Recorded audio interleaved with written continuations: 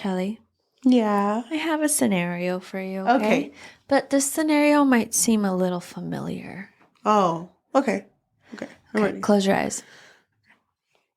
You're in high school. Okay. Horror. Stop there. Okay, you're in high school and you are heavily bullied. Aw, that sucks. But what's worse about this situation is that you don't even get to escape the bullying in school and, have fun at home. No. Home life is just as bad. Oh, that sucks. Yes, it does suck. But there's this weird thing about you. You, sometimes, like, when you're overly emotional, like if you're crying or something, you notice that you are able to move things with your mind. Oh, that type of story. Okay. Yeah, that type of story. But things grow a little bit more unsettling because the bullying gets a little bit worse. Do you think that a story like this, with a little bit of like a horror aspect, could fix your life? I'll be scared the whole time, but I think it can. Welcome to the Book Fix Podcast, a podcast where we fix lives one book at a time. I'm your host, Yajaira. And I'm your host, Cheli, and we are back talking about a Tiffany D. Jackson book, one that she released kind of recently. Yeah, so this author was actually recommended to us by one of our viewers, and they didn't say a book in particular, they just said the author, and so we did White Smoke already, and now we're going to do The Weight of Blood, which is a Carrie retelling by Stephen King. Yeah, I did not know that at all. I as soon as it started getting to that point, I was like, oh yeah, it is. Yeah. But it didn't occur to me that it was a retelling. I don't get the quote that's on the top of the book in the beginning. Okay. Uneasy lies the head that wears... Oh, okay, never mind, I get it. I just had to read it out loud. Uneasy lies the head that wears the tiara. Yeah, because a tiara is very much coveted, so this girl is being bullied also, so just adds a lot of like angst to it pretty much. So one compliment I would love to give to this book right off the bat.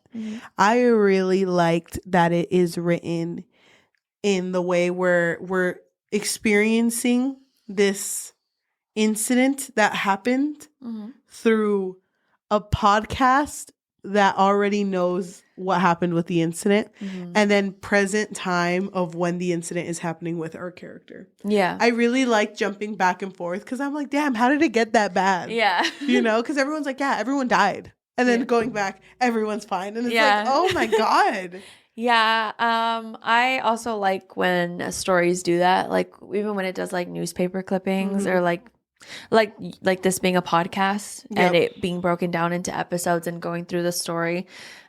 I was also really interested by that too. And I was curious to see like where it was going to go. And I had a feeling it was a Carrie retelling, but I was interested to see like how much it would be like Carrie.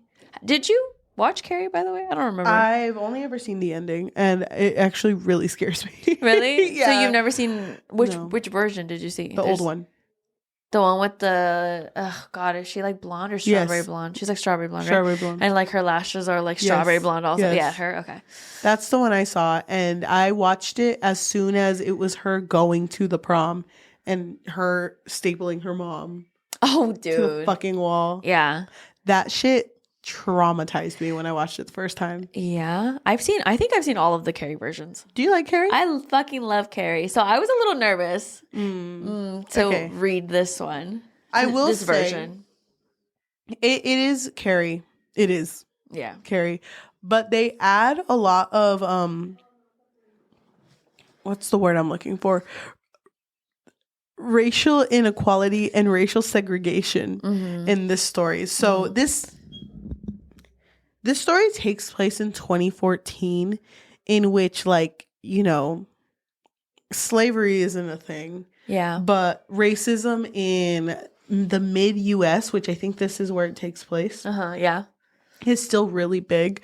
I know, don't quote me, I don't remember the exact date, but I think Mississippi officially outlawed slavery in 2013.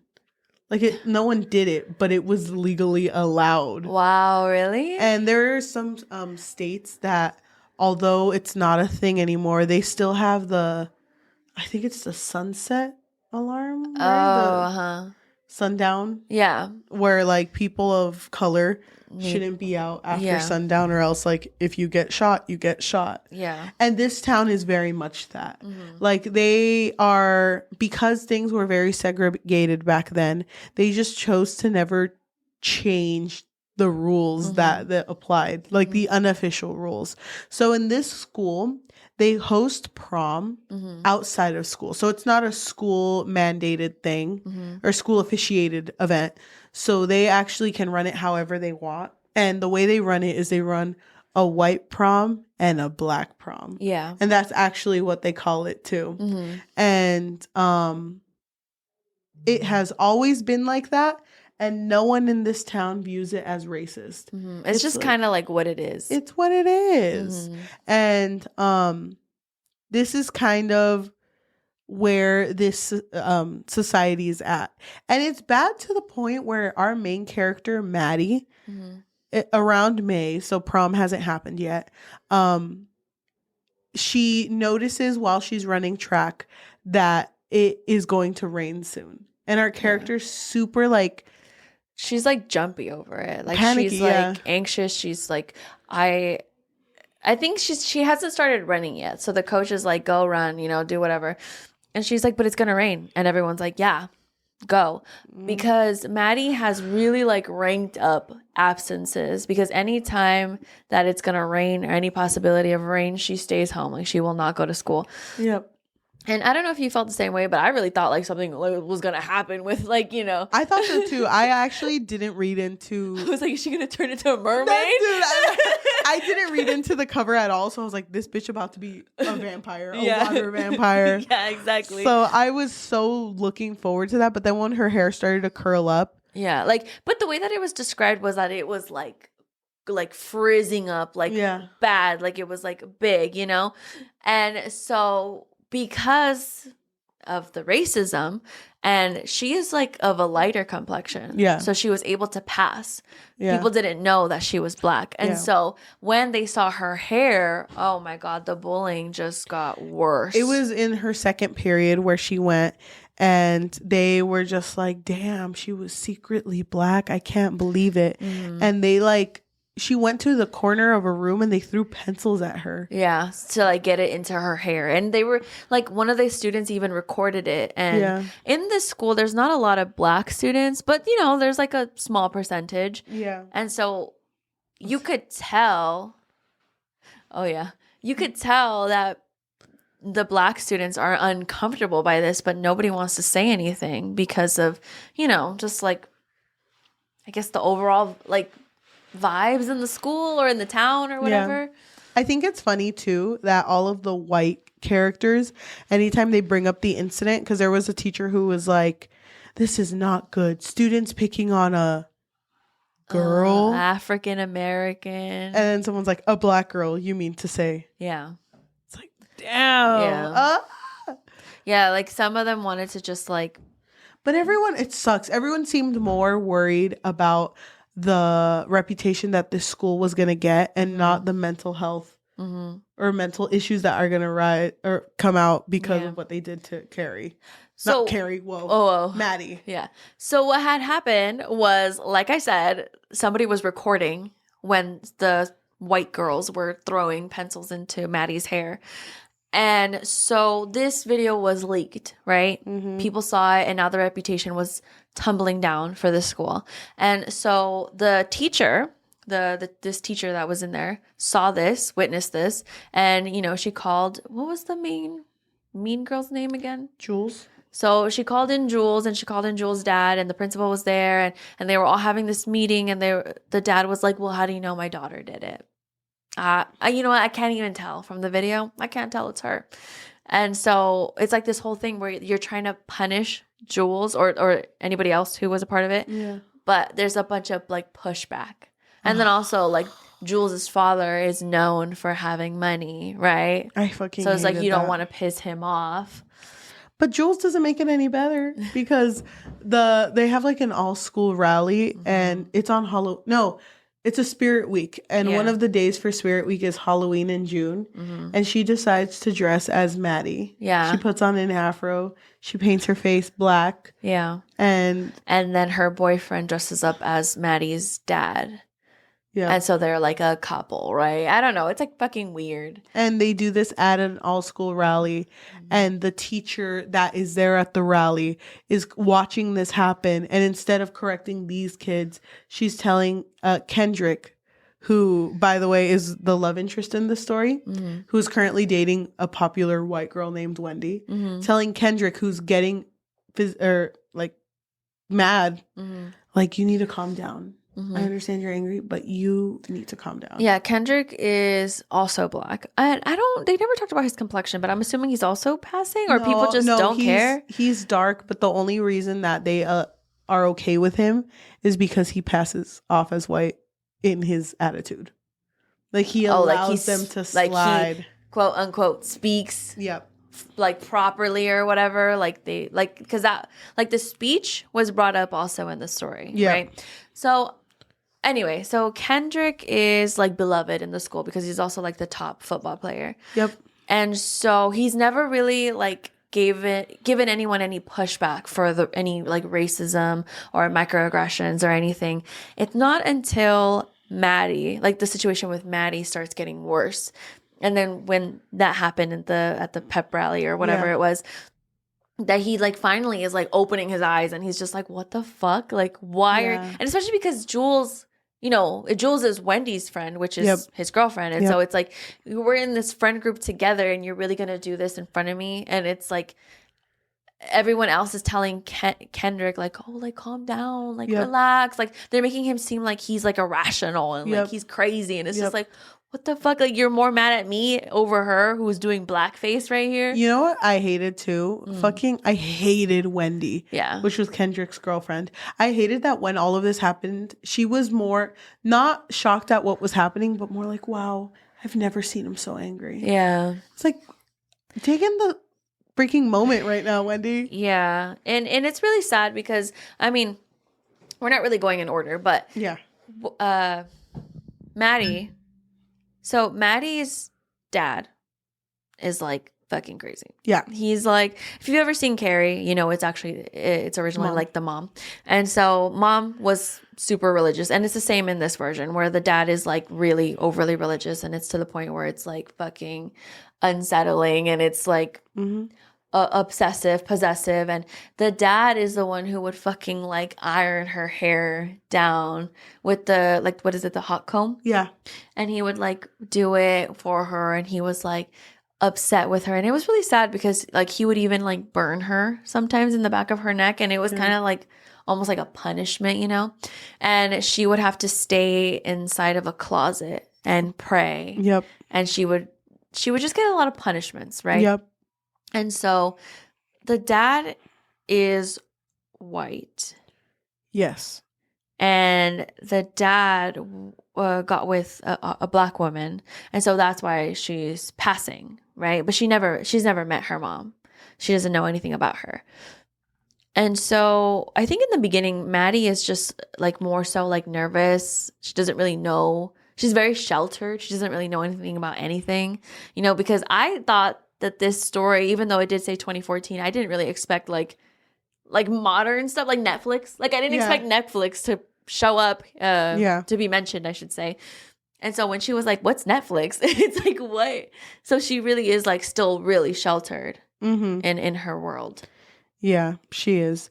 So I wanted to bring up more Wendy because while all of this is going on, Wendy is our white character who tries to be a white savior. Yeah. And like one character, I think it's Kendrick's sister, brings up to her, like, you're only trying to put both proms together to make you seem like the good guy. Well, she's trying to make one prom instead of the white and the black prom Yes. because of the backlash that they received from the blackface. Yes. So the blackface is really what kind of like Yeah. made the school like, oh my God, yeah, no, we're not racist. Mm-hmm. No, we love everyone, you know? And so Wendy, but the thing about Wendy is that Wendy has always like pictured her life a certain way. Yes. And she doesn't come from a family of money, right? Yep. And so Kenny has like this like talent, right? And so she's just like, oh my God, he is my way in. And I do think she does love him in her own way, but she's like over here planning their whole lives together. And so when she starts to see all of this like backlash with the blackface, she's just like, oh my God. Yeah, like Cheli said, like the white savior, right? Like, oh my God, I'm going to like merge these two proms together and like everything's going to be fine, you know? Mm-hmm. And so what is his sister's name? Callie? Callie. Callie is in the Black Student Union. Yeah. And is super upset with everything that's going on.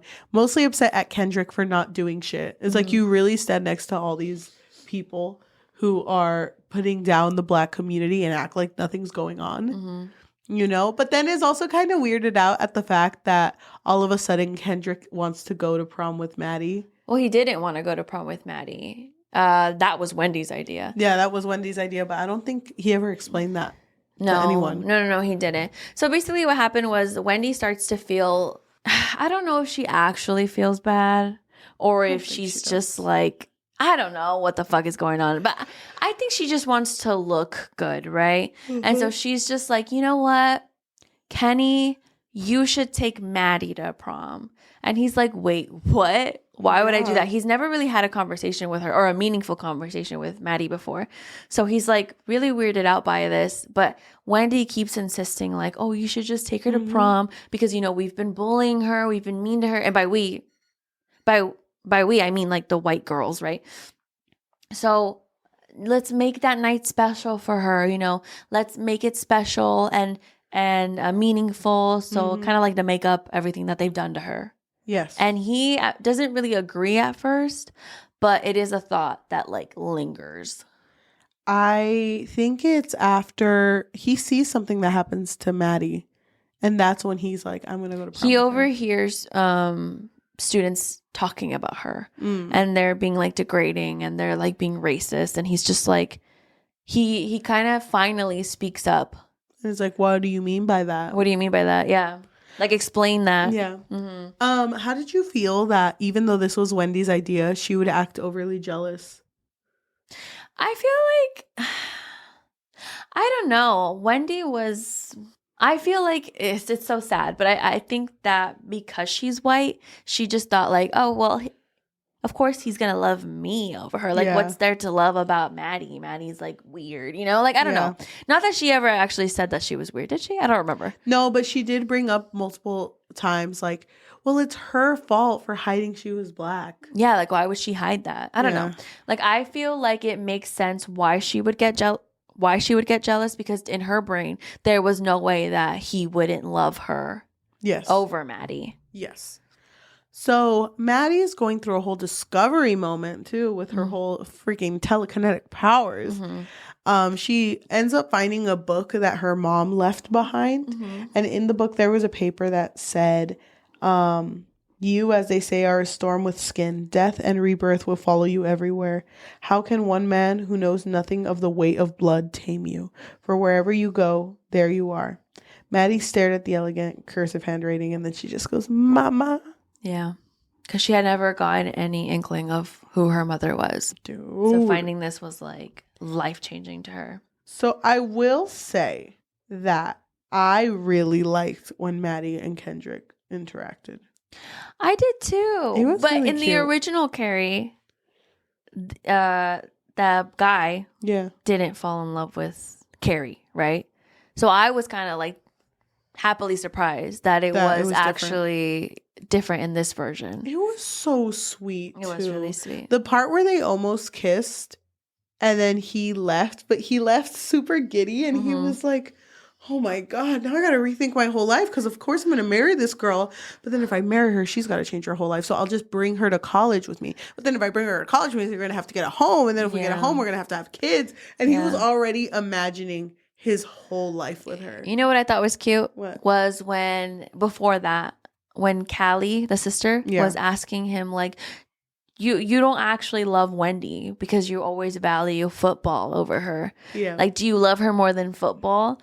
And then when he was starting to fall in love with Maddie, he was like, I love her more than football. Definitely. I love her more. Oh my God. And just the fact that when he was just driving out by himself, he's like, I was just driving by and your house was here and I just thought I should visit you. Yeah. Oh God. They were so each other when they were with each other. Because he even brought up, like, I guess people have always expected me to be the center of attention and always talk, but sometimes I like just sitting. Yeah.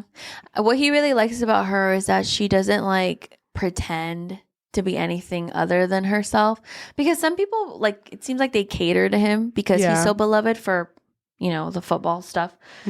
But he likes that Maddie will like talk back to him, but like in a playful manner. How'd you feel about even though everything that happened, all that happened to Jules by the end of the story was she didn't go to college? By the end of the story? Yeah. Nothing happened to her, right? Yeah, it did. No. By the end of the story? Yeah. Did she make it? She made it, but let's not talk about that yet. Okay, I'm sorry. But anyway, so I didn't like that Wendy always defended her friends. Yeah, well, Wendy was fucking brainwashed. She was annoying. But basically what ended up happening was that Jules got a lot of backlash, obviously, for the blackface. Yes. And so now all of her college acceptances were getting revoked because of it. And her dad was pissed, but more so at, like, Maddie. Because he was like, well, my daughter's innocent, you know, kind of thing. Like my daughter didn't do anything wrong. Like, okay, when people paint their face white, like, nobody cares. You know, it's like oh my God. That sort of logic. And so because of this, Jules is pissed at Maddie. But before we talk about, like, you know, that part, what was going on between Maddie and her dad? Her dad, did she already tell him that her and Kendrick were going to prom? She had first asked him. Remember when she, like, made him his, like, favorite dinner? Yeah, and then was like, by the way, Dad, just want to let you know that I got asked out to the prom by this really nice boy. His name is Kendrick, and he's just so sweet to me. He's going to college, a really good school. Yeah, and he immediately knew that he was black and was like, how dare you even consider asking me that? Yeah. Do you want to live your life as a black woman? Is that what you want? Yeah. And she's like, no, of course not, Dad. And it's like, okay, then go to the closet. Yeah. And owe me time. But then she fights back. I think that was the part where he went to go pick her up, Kendrick. Because I remember she used her telekinetic powers and held him down. And he was on the floor. And she was like, I'm going to go outside so that Kendrick doesn't see that my dad's on the floor. Yeah. And just leaves him like that. And it's the dad's a horrible person. But it's so sad that he's so scared. He's terrified of her. Yeah. But the dad is just, like, unhinged, and it just makes me sad because he keeps, like, insinuating that she needs to be a decent woman, right? Yep. It's like, no decent woman goes to the prom. Like, ugh, it's so annoying. Yeah, I hate it. So when she finally does go to the prom, she's voted as prom queen. Along with Kendrick, who is prom king. Actually, before we talk about the prom, why don't we discuss what's going on with Jules? What's going on with her? So doesn't Jules fight with Wendy? Yes. They get into a fight, and I can't remember why. I don't remember why either. But basically, like, Jules tells Wendy, like, I did so much for you. You know, I gave you all my hand-me-downs, and this is how you repay me. And so Jules comes up with this plan. She's just like, you know what? I'm not gonna let Maddie ruin my year, pretty much. And so she decides with her boyfriend, which I thought her and her boyfriend were interesting, like the pairing of it, because her boyfriend was pretty much gonna like stay in town, not really like go to college, not really do anything. And Jules liked that thrill behind that because she was like, I'm not gonna like marry this man, but it's like kind of exciting to like tell my dad like I'm gonna be with this guy who works in a paint store and whatever. Anyway, so she's like trying to seduce her boyfriend Brad, and she's just like, Brad would make me really happy. And he's like, what, babe? Because they're like making out. He's like, if we just ruined Maddie a little bit, like just like a little bit, I forgot about that. Just like a little bit. And he's just like, babe, I'll do anything for you. Ask me and I'll do it. And she's just like, okay, but I'm just going to need a lot of paint, 2 buckets worth of paint. And he's just like, okay, yeah. Because he works at a paint store, remember? Yeah. And so they go into the paint store and then they're looking at the colors and he's like, what color do you want? And she points to a color and she's like, that one. And I thought it was going to be the color red. Interesting that it wasn't the color red. I thought it was pretty fucked up what they did. I thought so too. I was worried that the integration of this like racial segregation in this town, I thought that was gonna kind of take me out of this Carrie retelling. Really? I thought it did a really good job integrating. I think so too. Thing. Like I feel like it made more sense to me that it included like this racism aspect, right? Yeah. Because then they also integrated the police brutality aspect as well. I already said this, but I just want to bring it up again. It's so crazy to me that this takes place in 2014. I know. There was a line I really liked where it said like, they were like outside and it was like, oh, although no one follows the sundown rules anymore, the alarm still blares like a readying threat. That's so damn. That's so scary. Yeah. I don't. This book made me really angry. Oh, that's what I was going to bring up. How do you feel about books where it just is meant to make you upset? Like you have like moments? Yeah. Or what do you mean? The fact that this whole book is going to have racist people and we just have to sit there and watch them be super racist. Well, I feel like with this one, it's a little bit different because we know what happens at the end. Yeah. Like the revenge aspect of it. I didn't love that it was happening, but it made sense. Yeah, I guess so. It made sense, but I couldn't. I kind of wish. Sometimes I had to like stop. No, same. Me too. I kind of just felt like the whole time I was just like, why are you a piece of shit? Like, why? Like, even with Wendy, I was like, are you fucking kidding me, Wendy? Yep. It's like infuriating, honestly. So at the both white and black prom, Kendrick and Maddie are going. Maddie buys an all black dress, right? Good for her. And Kendrick is picking her up. It's so cute. I think they like win prom king and prom queen and they kiss, right? Yeah, they kiss because they're so excited. But the thing is that you don't actually know if they would have won. Jules rigged the voting system. Yeah, she did. So we don't know if they would have won without her rigging it. How do you feel before anything that happens? And then we cut to Wendy, who hears that, I don't know, she hears something about. She gets sent a picture of them being very like close to each other. Yeah. And she's just like, what the fuck? She gets sent a picture. And then I hate that she shows up and she's like, I'm not jealous or anything, but I did myself up a little bit. But I'm not like jealous or anything. Yeah. Okay, so then she goes to the prom. But while she's going to the prom, Jules and her boyfriend, Brad, when Maddie and Kendrick are standing on stage, they're about to accept their award. And I do want to mention something. Shout out to fucking Kendrick, who told Maddie, you're not there for anyone else but for me. So don't pay attention to anyone. And then when his white friends try to come up, he always goes like, no. Yeah. No, I'm good. Yeah. And even Maddie was like, oh, if you want to spend time with them, that's fine. He's like, no, I'm here to spend time with you. Yeah. I'm not here for them. That part was so fucking cute. Because I feel like cute. At that point, he had been fed up. Yep. Like, at that point, he had just been fed up with the microaggressions, the racism, like just everything. And so his third eye was wide open now, and he was just like, you know what, fuck these people. I'm over this shit. So I thought it was really cute, and I was so happy. Having watched Carrie only once when I was a kid, I was like, oh, nothing bad better happen. Dude. But then I feel like we should watch Carrie. All 17 versions of them. How many versions are there? I don't know. Let me look it up. Take a guess. 17. I think you're right. No, I think there's probably like 6. No. 4. I thought it was 5. Okay. Although I thought it was cute that Kendrick, when he was with Maddie, would always be like, where are you going? Why are you leaving me? Oh my God, I almost kissed her. There's a part where he even thinks, oh, she's probably want to get married before we do it. Yeah. Like, goddamn. He was low-key obsessed with her. He was. Right? Is that unsettling?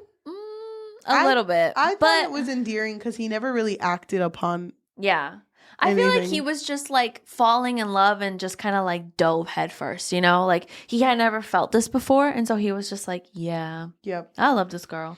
There are 4 Carrie movies. I thought there was more. Okay. So Maddie gets drenched in white paint. White paint. And she is angry.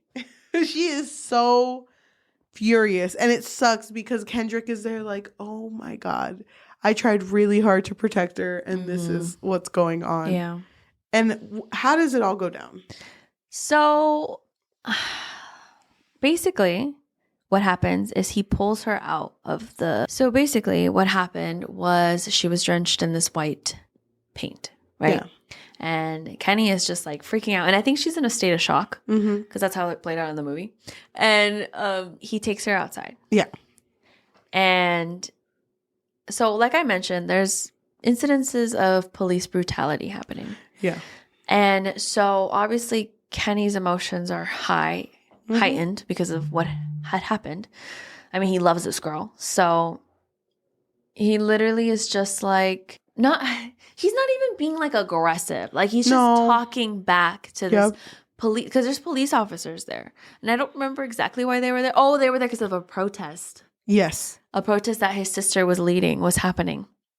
And so the police officers were there, and then Kenny was talking to them about whatever. And then basically what ended up happening was that he got, they hit him, right? Yeah. They were hitting him with the batons, I think. I think the batons, yeah. But then I think one of the police had mentioned, but he was going to attack me. Yeah. Didn't you see he was going to attack me? Yeah, did you see how aggressive he was? Yep. And so because Kenny was on the floor looking like he was dead, that snapped Maddie. Yes. And she just fucking picked up the police cars and just brought them down on the officers. Yes. And so then after that, she went back into the prom, closed all of the doors, locked everyone inside. And that's when shit basically hit the fan. And she basically killed. Wait, when did she see Jules?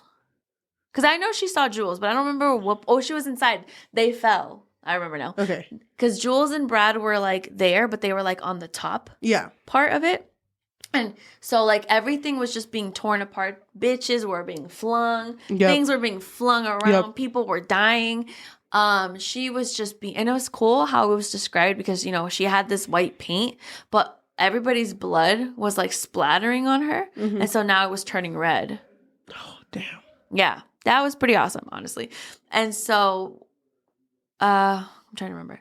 And so then Jules and Brad fell from that top thing, and then I don't know, like things were just fucking going everywhere and shit. And so I don't really remember what happened, like when, like afterwards, like because she went home. Like I know she went home. No. Well, I don't think she did, because what I remember is that Wendy is with Kendrick. Near the end point, and he's alive. Yeah, and they're talking about how like Maddie was basically ruined, like her whole life was ruined, and Wendy feels this sense of like helping her, right? Because she's like, they're right. Everything I've ever done to help Maddie has always been out of selfishness. And doesn't she have a moment of what like realization? Kind of, because then she kind of like starts thinking the other way. You know, because then she finds out what Maddie did. Yeah. But she still helps her. No, right? she does. But like, okay. But the thing is that Kenny can't get up. He's injured. Yeah. He has to go to the hospital. Yeah. And so he's like obviously worried about Maddie. And so Wendy is like thinking like, well, the only place that she would be at home, her home. Yep. And she is home because don't you remember that her dad got the gun and he was like, when she gets in here, oh yes, it's game over. Oh, because all the lights start going off. Yes. And I thought it was really cool how like when she was walking back home, you know, covered in blood, the neighbors were all just like looking at her like, what the fuck happened? Yep. And like all the lights are like flickering and shit. And so she gets home. Her dad shoots her. Yes. Right? He shoots her. And I don't remember exactly what happened after that, but she kills the dad. Yeah, she does. And she's like crying. She's defeated. She's just like thinking like, you know what? This isn't even worth it anymore. Like, I don't know. Like she's getting like these really bad thoughts because she thinks that she lost Kenny. And then Wendy shows up. And Wendy, like Cheli said, she is thinking like, oh, I gotta help her. But there was a moment where she was like, or should I kill her? Because, you know, she did kill all of those people. I think she saw the gun and like contemplated it for like a second. Yes. And then she was like, and then I think Maddie said something to her that was kind of like sad or like just, I don't know. It kind of just made her feel like, damn, we really fucked this girl up. And so she tells her, do you have any indication as to where your mother is? And that's when she was like, you know what? I think I might have seen something that might have said like where she could be. Yeah. And I don't remember exactly what it was, but like she like looked around, found it in her diary or her notebook or something. And they were like, Wendy told her, okay, I can drive you to the train station and you can go and stay with your mom and never come back. And she was like, yeah, I'm going to do that. And so basically like she showers, she changes, she like whatever. And then Wendy drops her off at the station. Can I say something? Because I'm reading through this because I'm trying to find the end. You're right. Jules does really go through it because at the very end, she's like, oh my gosh, oh God, Brady. Why do they... his name's Brady? Yeah. Why do they... ... She hate us so much. Because she was saying they as like black people. Oh, she would always do that, huh? Yeah. And her body shook hard, her skin arctic cold. She wrapped her arms around herself but didn't feel the relief, only hot pain. She reached to touch the sore spot and came up empty. Her right arm was gone. Yeah.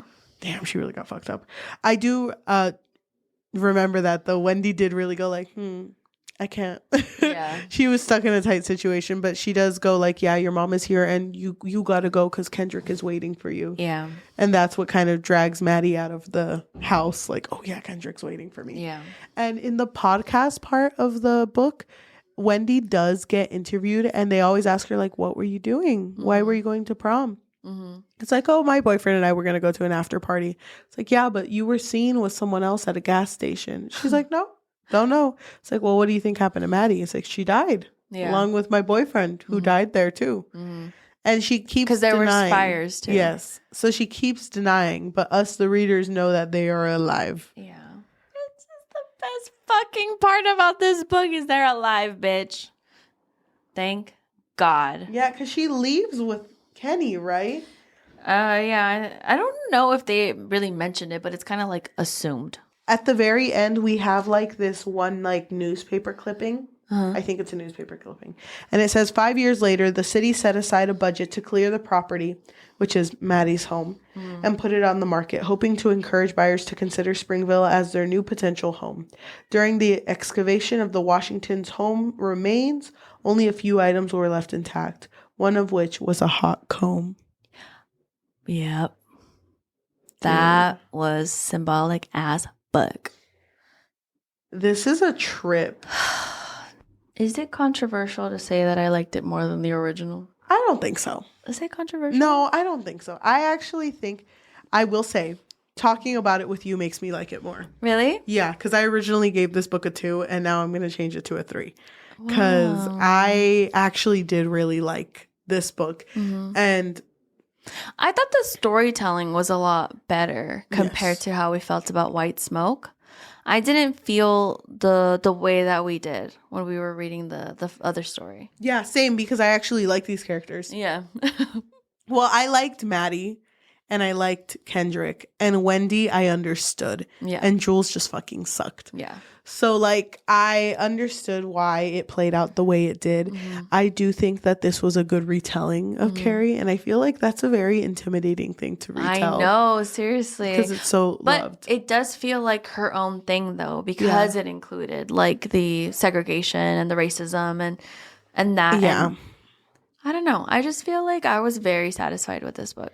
And I mean, she did a really good job picking it up after that one comment we read for White Smoke, where it was like, you can't just keep bringing different social issues and throw them all together and hope that it sticks. Yeah. But it felt like she did it well here. Yeah. Like, it made sense to me. I wish we could have seen more of Kendrick.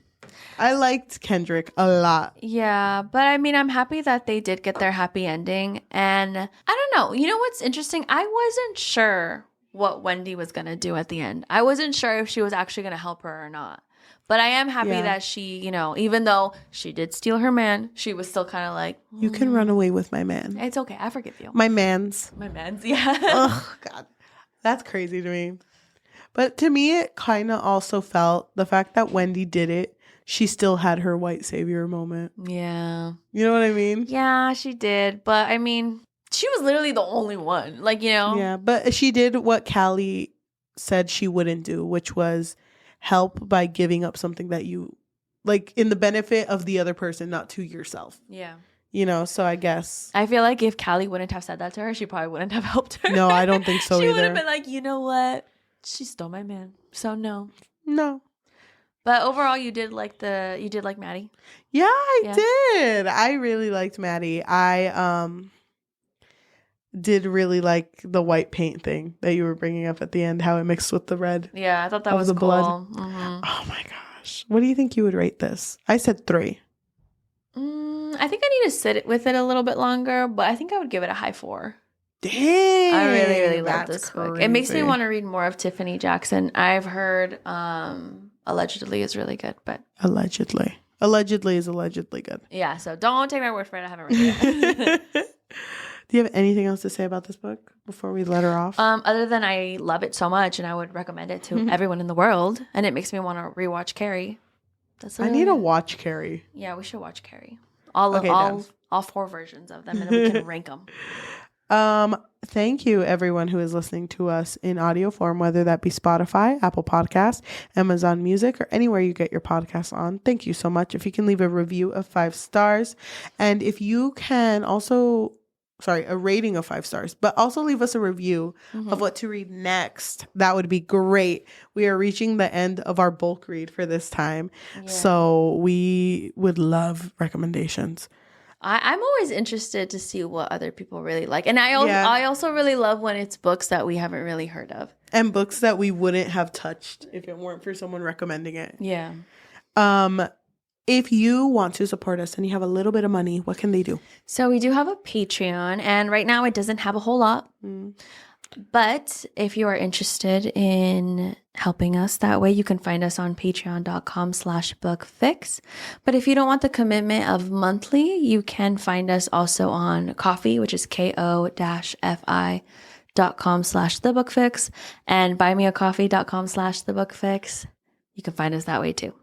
If you are watching us on YouTube, thank you so much. If you can like, comment, subscribe, and hit that notification bell, because we post every Tuesday and Thursday. If you are wanting to support our social media, we do have an Instagram at The Book Fix Pod, THEBOOKFIXPOD. And we also have a TikTok at The Book Fix, THEBOOKFIX. Thank you. So let's go ahead and read reviews on this book. I will read the positive and read this one.